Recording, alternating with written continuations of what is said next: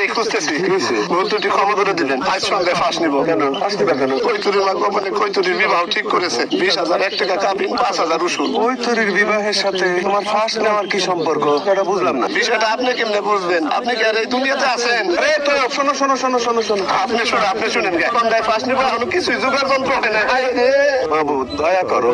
আপনি আমার কাছে কত টাকা পান 109 টাকার মতো টাকাটা মাপ দিতে পারবেন দিতে পারবো না এখন দিতে হবে পরে যে কোনো সময় দিও পরে কেমনে দিব আজ ফাঁস নিতেছি আজ ফাঁস নিতেছো কখন আসরের পরে আসরে তো একটু আগে এমন যায় না আমি তো আসরে থাকতে পারবো না আমার একটু কাজ আছে আরে কারে কি বলি আপনি যাইতে হবে না